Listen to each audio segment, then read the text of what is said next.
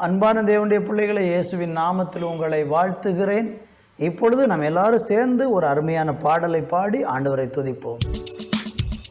என்னை பேர் சொல்லி அழைத்தவரே, உள்ளம் கைகளில் வரைந்தவரே, என்னை கரம் பிடித்து நடத்தினீரே, உருவாக்கி உயர்த்தினீரே. என்னை பேர் சொல்லி அழைத்தவரே, உள்ளம் கைகளில் வரைந்தவரே, என்னை கரம் பிடித்து நடத்தினீரே, உருவாக்கி உயர்த்தினீரே. ஒன்றுமில்லாத எனக்கு உம் கிருபை தந்து வெற்றியை காண செய்தி. ஒன்றுமில்லாத எனக்கு உம் கிருபை தந்து வெற்றியை காண செய்தி. என்னை பேர் சொல்லி அழைத்தவரே, உள்ளம் கைகளில் வரைந்தவரே, என்னை கரம் பிடித்து நடத்தினீரே, உருவாக்கி உயர்த்தினீரே. வானாந்திரமாயிருந்த என்னை வற்றாத ஊற்றாய் மாற்றினீரே. வானாந்திரமாயிருந்த என்னை வற்றாத ஊற்றாய் மாற்றினீரே. என் வாழ்நாளெல்லாம் உம்மை வாழ்த்திடுவேன், என்றும் உம் வழியில் நடந்திடுவேன். என் வாழ்நாளெல்லாம் உம்மை வாழ்த்திடுவேன், என்றும் உம் வழியில் நடந்திடுவேன்.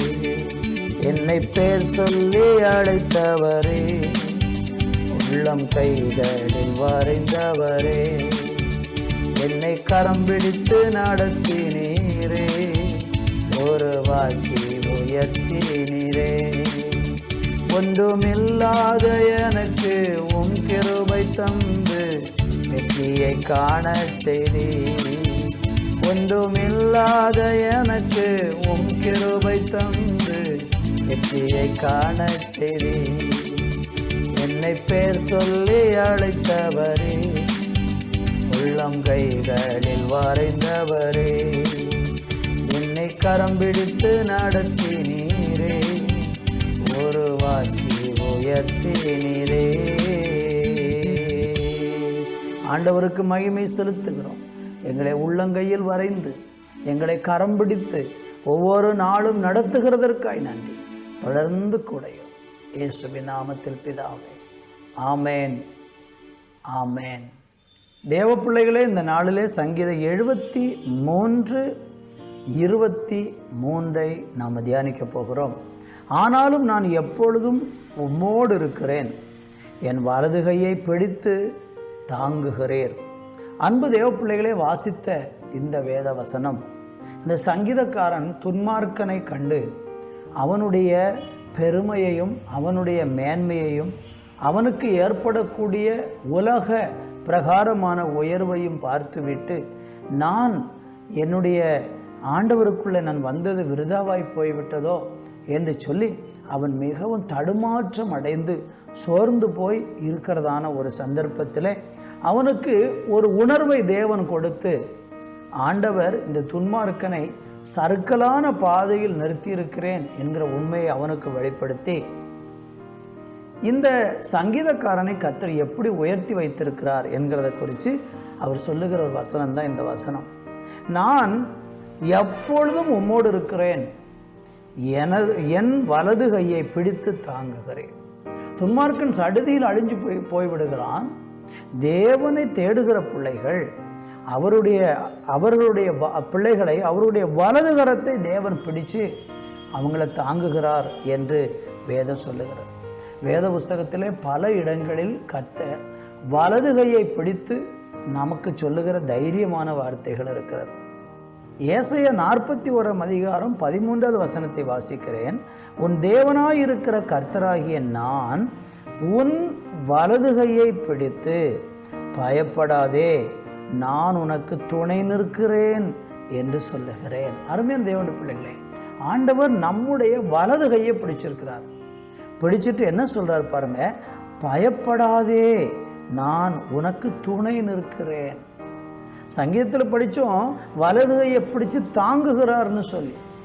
இந்த வசனம் சொல்லுகிறது வலது கையை பிடிச்சுக்கிட்டு சொல்றாரு, நீ பயப்படாத, நான் உன் கூட இருக்கிறேன்னு சொல்லி ஆண்டவர் நம்மளை தைரியப்படுத்துகிறார். கர்த்தருக்கு மகிமை உண்டாகட்டும். அதே ஏசாயால 45:1 கோரேசை குறித்து கர்த்தர் சொல்லுகிற ஒரு வார்த்தை.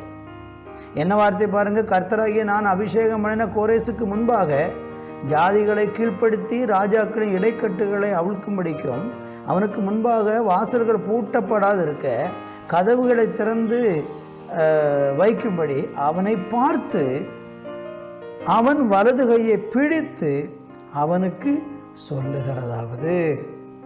இந்த கோரேசை கொண்டு ஆண்டவர் ஆலயத்தை கட்டினார். அந்த ஆலயத்தை கட்டுகிற மனுஷனை பார்த்து சொல்றாரு, வலது கையை பிடிச்சுக்கிட்டு நான் உன்கிட்ட சொல்றேன், வெங்கல கதவுகளை உடைத்து இரும்பு தாட்பாட்களை முறித்து அப்படி சொல்லி தொடர்ந்து ரொம்ப எதிர்பார்ப்புக்குரிய நம்பிக்கைக்குரிய வார்த்தையை சொல்றார். என் அன்பு தேவனுடைய பிள்ளைகளை, உங்களையும் என்னையும் பார்த்து இன்றைக்கு தேவன் வலது கையை பிடிச்சு தைரியப்படுத்துகிறார். உங்களுக்கு வலது கையாக தேவன் இருக்கிறார். தேவனை தேடுகிற பிள்ளைகளுக்கு அவர் எப்பொழுதும் வலது கையா இருப்பார். வலது கையை பிடிச்சு தைரியப்படுத்துவார். ஜெபம் பண்ணலாமா? நல்ல பிதாவே, நீர் எங்களை வலது கையை பிடித்து எங்களை தைரியப்படுத்துகிறதற்காய் நன்றி. உம்முடைய வலது கரத்தில் நாங்கள் இருக்கிறோம் என்கிற நம்பிக்கை எங்களுக்கு தந்திருக்கிறதற்காய் ஸ்தோத்திரம். இயேசுவின் நாமத்தில் பிதாவே, ஆமேன், ஆமேன்.